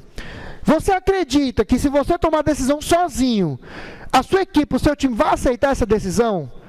Ou você acha que você é um cara que toma decisões que geralmente as pessoas não gostam das decisões que você toma? Então, seria essa a resposta aqui, sim ou não? Não, é sim ou não.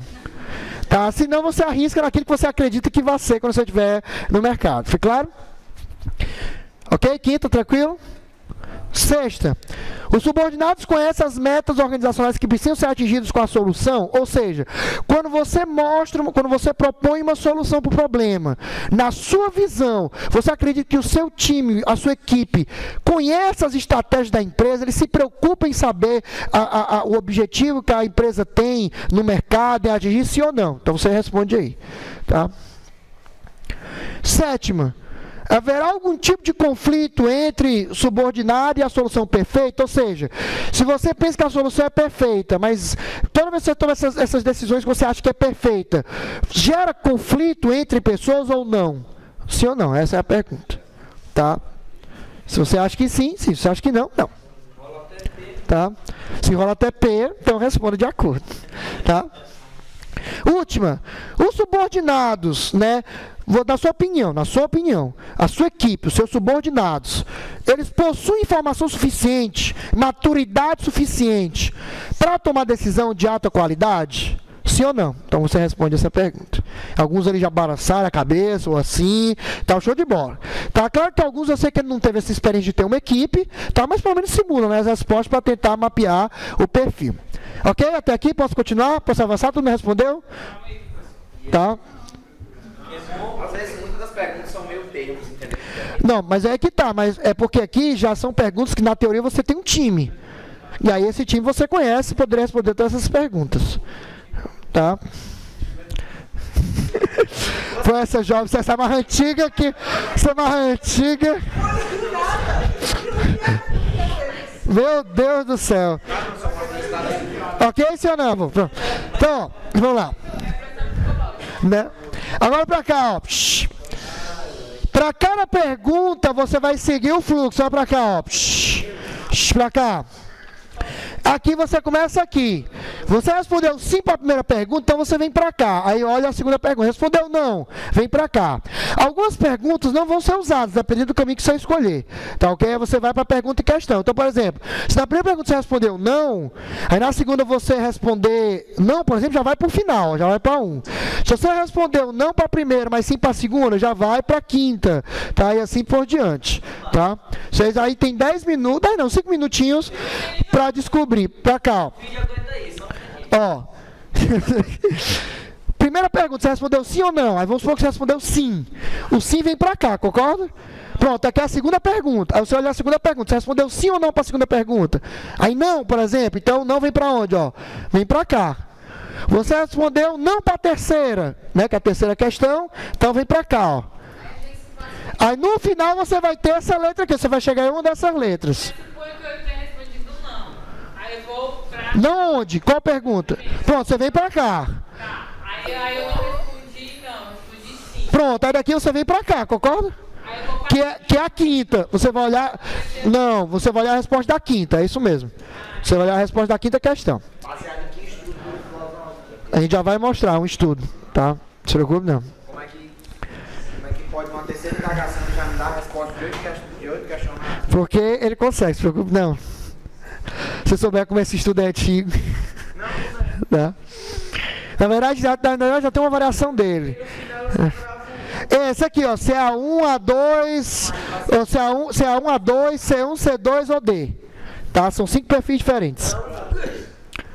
É? Tá? Não, mas esse é um clássico. Esse é o tipo para default. Tá? Tá? 6. O terceiro botão descendo. Ah, é. É sim e não. Eu esqueci de colocar. É sim e não. Tá, é. Sempre o sim é o de cima e o não é o de baixo. Tá ok? Só alguns casos aqui que são diferentes aqui, mas esse aqui é sim e não. Que eu esqueci de colocar, tá? Mas tem mais algum? Não, né? Não, é só ele mesmo que está faltando. Vou até depois colocar nos slides, tá? Ok? Calma, você já foi, mas o pessoal ainda está chegando no finalzinho. Ok? Podemos? Vamos lá. Então, ó, modelo Vroom e Eaton. Tá, na verdade, hoje é Vroom e Eaton e um terceiro autor que eu não lembro qual é. Existe uma versão atual, né, mais atualizada, de uns 5 anos para cá, que coloca mais, são 10 perguntas ao invés de 8, e tem um terceiro autor que eu não lembro qual é o nome dele, mas o modelo é comumente conhecido como modelo de Vroom e Eaton. Tá? É um modelo exatamente baseado nesses administradores, pesquisa da época de 70, 80, tá? Onde eles classificam o tomador de decisão em 5 grupos diferentes. Autocrático 1, autocrático 2, consolidador 1, consolidador 2 e democrático. Tá? Vamos entender o que é cada um deles. Autocrático, por favor, Rafael. Autocrático 1. Você tomar decisão sozinho, usando as informações disponíveis na ocasião. Ou seja, uma pessoa, é um tomador de decisão, que ele toma decisão sem consultar ninguém, só ele, a mente dele, acabou. Você não quer saber, né, das opiniões de seus subordinados, da sua equipe, nada. Ele sempre toma as decisões e a equipe tem que acatar e fim de papo. É o autocrático 1. Não depende de ninguém mais além dele. Tá? Autocrático 2, Sara. Você obtém informações adicionais de indivíduos que podem agregar e depois decidir sozinho quanto à solução. A decisão ainda é só sua, tá? Mas você consulta a pessoa sobre o que é que elas acham. Tá? Então você chega e diz assim, ó, me diz uma coisa, o que é que tu acha disso? O que é que tu acha daquilo? Mas dessa forma que observa, apenas consulta alguns indivíduos, não é toda a equipe, não é numa reunião, não. É numa conversa, eu puxo aqui, por exemplo, o Rubens, o que é que tu acha dessa iniciativa? A Rubens fala isso aqui, beleza. Bom, depois eu volto, tomo decisão sozinho ainda, sem preocupar com os outros, sem preocupar opinião com nada. Esse é o autocrático 2. Tá? Autocrático, desculpa, consolidador 1, Jobson, por favor. Passou para cá, Jobson. Obtendo ideias e sugestões, sem reuni-los em grupo. Então você toma.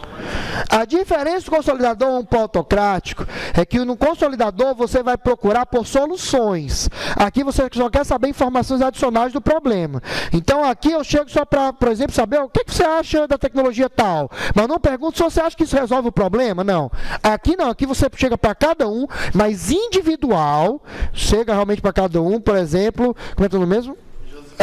O Josefias, chega pro Josefias, só ele, Josefias, a gente está com o seguinte problema, babá. O que é que você acha que a gente pode estar fazendo para resolver o problema? Aí ele diz. Aí depois chega pro Rafael individualmente, em outro momento, Rafael, a gente está tendo esse problema aqui, babá. E aí, o que é que você acha que resolve o problema? Ele vai dizer a opinião dele e vai anotando tudo.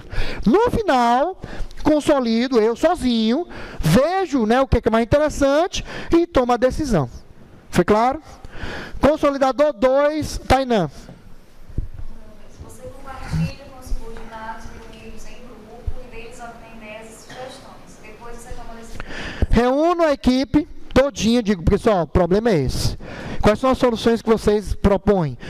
Solução tal, papapá, todo mundo discutindo e tal, beleza. Tá legal, pessoal. Muito obrigado pelo feedback de vocês. Eu vou avaliar todas as opiniões que vocês disseram, vamos escolher eu vou escolher a melhor solução. Saio, vejo qual é a melhor e eu ainda escolho. Não é democrática, eu ainda continuo sendo o tomador de decisões. Claro, a diferença é que eu coloco todo mundo em equipe e discuto possíveis soluções. Brainstorm, por exemplo. Então, brainstorm é uma técnica de consolidador 2. Tá? Democrático, Giza, né? É isso, Giza, por favor, democrático. Você...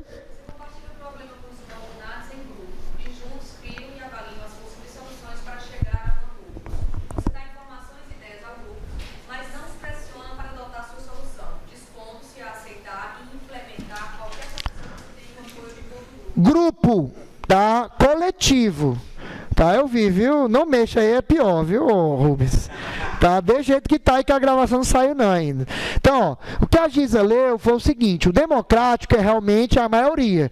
Então, reúna a equipe, todo mundo dá sugestões, ideias, mas eu não pressiono, eu como gestor, não pressiono nenhuma decisão específica e em voto mesmo, né, a decisão, a solução escolhida surge. Tá? Então, democrático realmente é onde todo mundo tem o mesmo valor, o mesmo poder e vale a maioria. Aí, claro que alguns aqui vão chegar, não, professor, eu sou legal, eu sou um cara bacana, então eu sou um cara democrático, né? Então, né, é claro que eu dou voz à minha equipe e tal, só que não é bem assim que funciona, tá? Porque, segundo o Gartner Group, né, aquele grupinho pereba que sempre está pesquisando tudo de administração, né? Os tipos A2, C1 e C2 são os mais recomendados no ambiente corporativo. Claro que um tomador de decisão não vai ser somente um perfil desse. Cada situação exige que ele pode agir de alguma dessas formas. Mas é mais interessante que seja uma dessas três. Por quê? Porque A1 e D têm seus problemas. A1, por favor, Daniel, lê para nós aí qual é o problema do estilo A1. Profissionais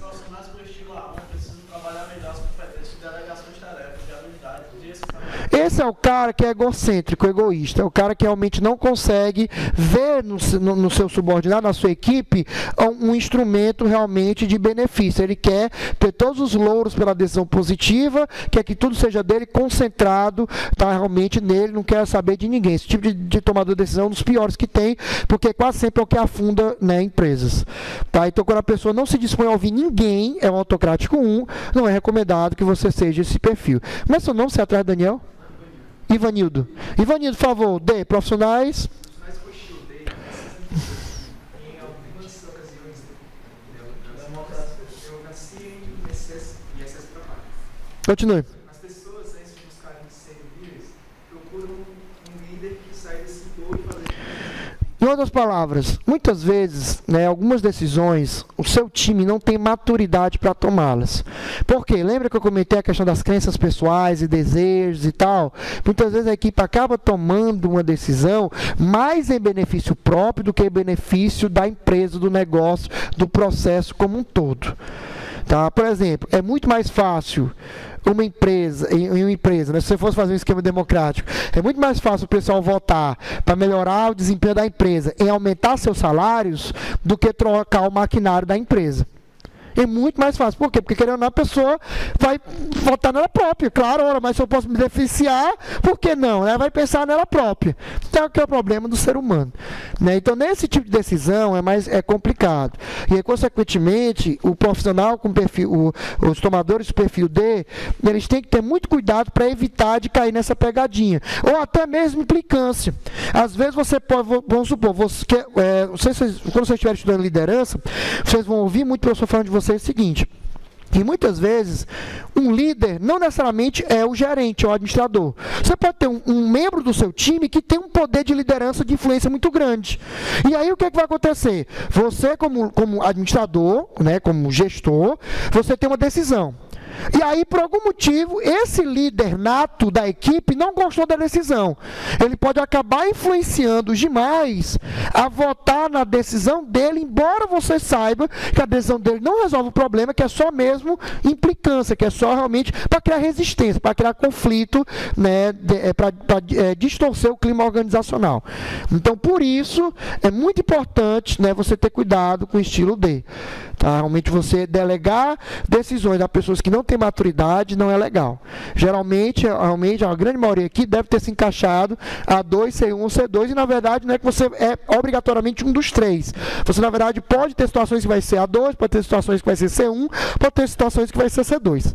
Tá? Tudo depende exatamente do problema a ser resolvido, do contexto no qual o problema está inserido. Tá? Diga. Você passou na 8, eu consegui ver o que Hã? Você passou quando estava no 8. Ah, então vai lá, termine. Agora é que você deu, rapaz. Não, vai.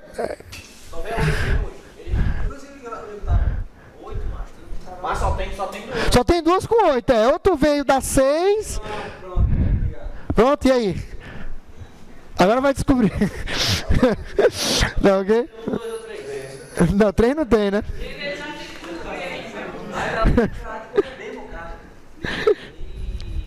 Pra cá, vamos lá. Para quem não conhece, tá? Toda vez que a gente chega nesses slides, quer dizer que a gente acabou uma aula. Tá? Então, pelo horário, são 9h07, tá? Vai dar 9h10. Eu vou me fazer um encerramento, eu vou fazer uma visão rápida do que a gente viu nesse primeiro módulo, tá bom? E aí eu vou deixar o módulo 2 para a próxima aula, tá? A gente ainda está um pouco atrasado em relação ao plano de ensino, tá? Do que eu tinha projetado, mas na próxima aula a gente consegue colocar tudo em dia, tá bom? Então, na próxima aula eu vou esticar realmente até 9h30. Mas hoje, tá certo? Pelo assunto ter sido denso, realmente o modelo racional por si só, 5 passos, né, realmente memorizar cada um deles realmente é pesado, a gente vai estar finalizando. Então, todo final de aula, quando você vê esse slide aqui, é porque nós chegamos no final de uma aula, e aí, não somente ficar feliz, mas principalmente, né, não somente ficar feliz, mas exatamente validar, né, exatamente, claro, né. Então, ó, você fazer exatamente, né, uma reflexão sobre tudo que foi visto, para cá, tudo que foi visto, tanto na aula passada quanto na aula de hoje, encerrando assim o módulo. Então, na aula passada, por exemplo, nós vimos as 4 categorias de fatores que influenciam o ambiente de negócio. Alguém lembra quais são as 4 categorias? Eu sei, mas são 4 categorias que influenciam. Pessoal que viu aula passada, tem quais são os 4? Eu vou dizer um. Tem mercado. Mercado é um. Demanda do consumidor, né? Que mais? Não. Não. Você democrata, vai na Produção. Tecnologia e sociedade. Tá? São 4 fatores, né? A gente comentou isso nas aulas passadas, né? É importante que vocês deem uma olhada, porque isso é assunto não só de prova, mas realmente de conhecimento mesmo, porque nós comentamos o que nesse assunto aqui? Nós comentamos que todos os fatores, né, que incidem em um negócio, eles são classificados ou como mercado, ou seja, concorrência, terceirização, são fatores que podem afetar a competitividade, que dão ao mercado. Demanda do consumidor são fatores, né, de pressão ou de oportunidade de público-alvo, pressão do consumidor por novos produtos, assim por diante. Até a gente comentou aquela questão da qualidade, que com o passar do tempo, o que hoje excede a qualidade, daqui a 3 anos já pode ser o mínimo, já pode ser o padrão. Lembra que a gente discutiu isso aqui, né, na aula passada? Então, demanda do consumidor. Também falamos sobre tecnologia. Quando eu falo tecnologia, não é somente TI. Qualquer mudança de processo, qualquer mudança, né, que você implementa no negócio, que melhora a eficiência dele, é classificado como tecnologia. E 4 categoria de fator, né, é sociedade, é mudança de lei, né, abertura de mercados, novos mercados. E isso pode também incentivar ou gerar pressões ou gerar oportunidades. Então é importante lembrar 2 coisas. Primeiro, lembrar essas 4 categorias e lembrar que essas 4 categorias elas geram são fatores que geram pressões ou oportunidades. Foi até o caso do coworking, que eu comentei aqui, e da globalização. Então, é muito importante lembrar disso, porque é isso que alimenta as decisões. Você toma decisões para que a empresa reaja exatamente a esses fatores. Tá? Segunda pergunta, como a informação oferece poder às organizações, né? Conhecimento, para quê? Para tomar decisão. Então pronto, é exatamente aí onde entra a informação. Então, quanto mais informação eu tiver, maior suporte eu terei para tomar decisões. Tá? E quais são as etapas do modelo racional de decisão? Foi o que a gente viu hoje. Primeira etapa. Né? Foi uma pergunta, vocês podem responder, tá? Então, examinar a situação, né? Examinar o problema, que mais? Criar um leque de soluções, avaliar as soluções, escolher a que você vai implementar e monitorar. Exatamente. Implementar. Fazer realmente, botar... Tá, beleza. Pode explicar. Não, se falar aqui não, pode falar, mas fale para os seus colegas. Examinar a situação é definir o problema, né? Descobrir os detalhes do problema, aí criar um leque de soluções, né? A opção de soluções é buscar soluções para ela. Exato, uma lista, né, de várias soluções. A avaliação de opções e soluções de escolher a melhor é a solução mais viável. Exatamente, você dessa lista, selecionar aquela que você vai implementar. Depois disso, a melhor. Executar as soluções, né? Exato. E a decisão. E o monitoramento é observar, exatamente. Garantir que... Exatamente, pronto. É um ciclo porque quando você monitora, pode aparecer novos problemas e aí você começa tudo de novo. A gente tem um leque tipo brainstorm. Exatamente. Uma técnica para você obter esse leque é conhecido como brainstorm. Tá ok? Então, com isso, é com muita alegria que nós terminamos o primeiro módulo. Tá? Então, nós falamos nas aulas passadas sobre processamento de dados, sistema de informação e hoje terminamos tomada de decisão. Tá? Na próxima aula, nós vamos falar sobre sistemas de computação. Aqui a gente vai entrar agora na parte de computador mesmo. A gente vai falar o que é CPU, o que é memória, né? O que é o negócio de placa-mãe, né? Hardware, só teclado, mas não se preocupem, né? Mais uma vez, não é nada que você vai virar um nerd e tal, não. É só para você conhecer um pouquinho como funciona, quais são os componentes básicos, né, do sistema de computação. Tá ok? Alguma dúvida, alguma pergunta? Então, antes de eu encerrar a aula, né, deixa eu primeiro me despedir de você que nos assiste online. É você, né, quer seja nosso aluno está revisando o assunto, ou quer seja, né, alguém que está, né, em outra instituição que não tem o prazer de estar assistindo aqui com a gente, mas está aproveitando aí, pelo menos um, né, dos vários benefícios, porque afinal de contas, né, não há nada do que você estar mesmo no local, né? Show ao vivo é diferente do que você pode assistir 1000 vídeos, mas nada é igual a mesma emoção de você estar no show ao vivo. Tá? Então, para você que nos acompanha, né, muito obrigado pelo prestígio, pela confiança do trabalho, bons estudos, forte abraço e até a próxima. Tchau.